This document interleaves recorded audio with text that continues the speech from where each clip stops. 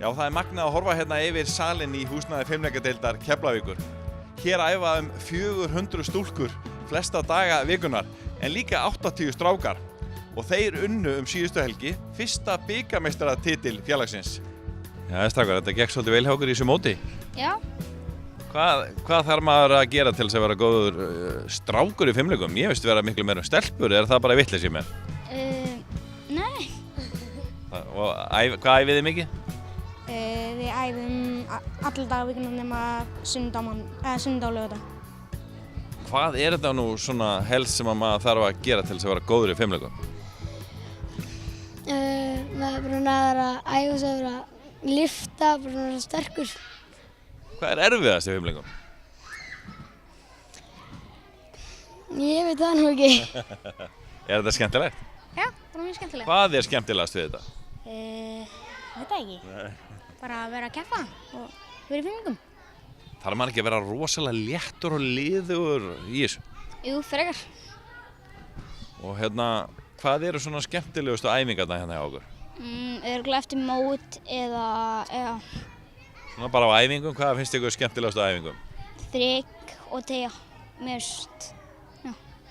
Og hvað eru svona, þið kannski sýni okkur aðeins hvernig á að gera þetta?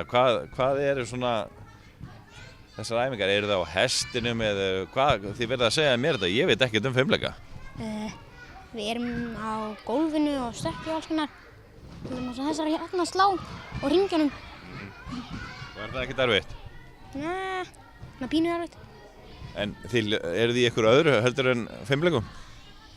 Já, ég er nú í júdó og gítar. Já, þú ert bara eins og heil hljómsveit. Farið þið með honum í hljómsveit eða? Ég spila á trommur og í fótbolta. Já, það er brjála að gera hjá okkur. Ég er bara í fimleikum. Ætlar að verða heimsmeistari. Örugglega. Hvað en Villi þjálfari, kann hann eitthvað? Já, hann er mjög góður. Allar mjög góður hringjum. Aha. Eru þið góður í hringjónum? Já. Er það ekkert erfitt? Jú, fyrir eftir hvernig þú segir það, hvernig þú gerir það. Já. En sláin, ég sé alltaf fyrir mig svona litlar flotta fimleikastelpur á Ólympíuleikunum á Sláni. Hvernig er að vera þar? Það er bara eins og hringinn nema þú ert bara heldur öðru í sig. En ef maður er í fimleikum vill svona stór og svona flotti strákar, verður maður ekki að passa það að borða rétt og svona vera að fara að snemma og sofa og allt þetta? Er verið að kenna ykkur það? Já, bara mjög hollan mat og svona fyrir æfingar. Hvenær eru þið mættir hérna á æfingar? Við mætum stundu, við svona kortir við 3. Sumum mæta 3. Strax eftir skóla? Nei.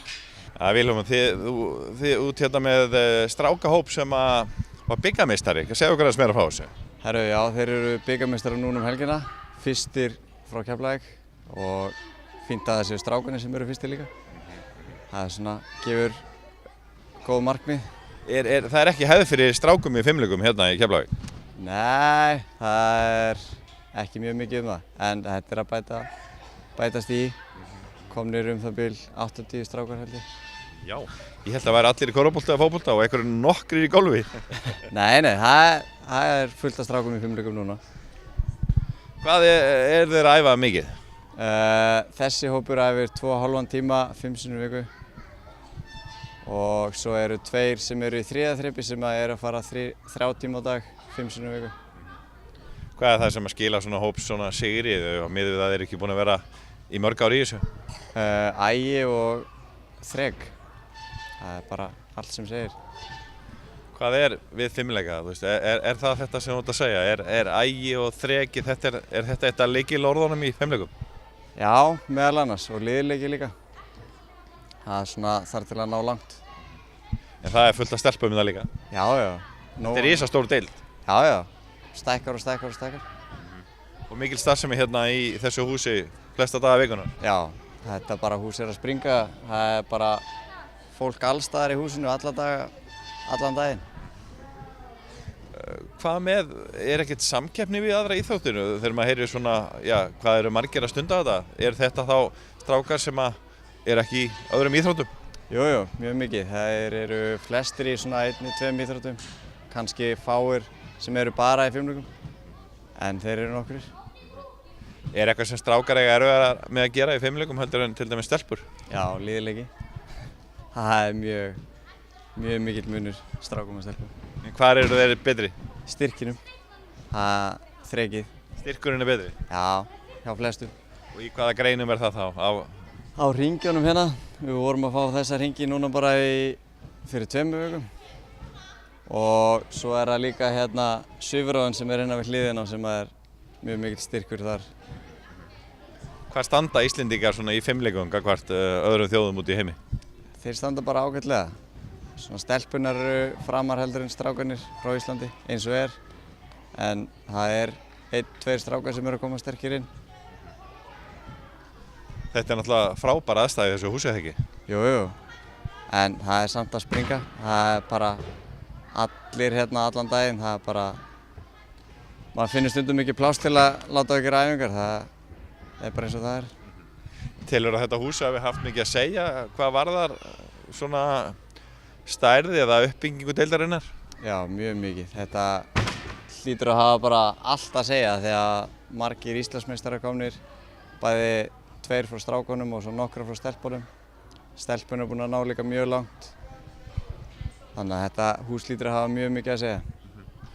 Hvað með þjálfarana? Nú þú hérna íslenskur, er ekki mjög algengt að séu útlenskir þjálfarar? Jú, það eru 3 hérna starfandi í deildinni núna. 2 hjón og svo Nick sem var hérna, búinn að vera hérna lengi. Hvenær byrjaði þú í fimmleikum? Ég man ekki, það er mörg ár síðan. Búinn að vera að þjálfa núna í 7 ár. Það er skemmtilegt. Já, annars verður maður ekki að þessu.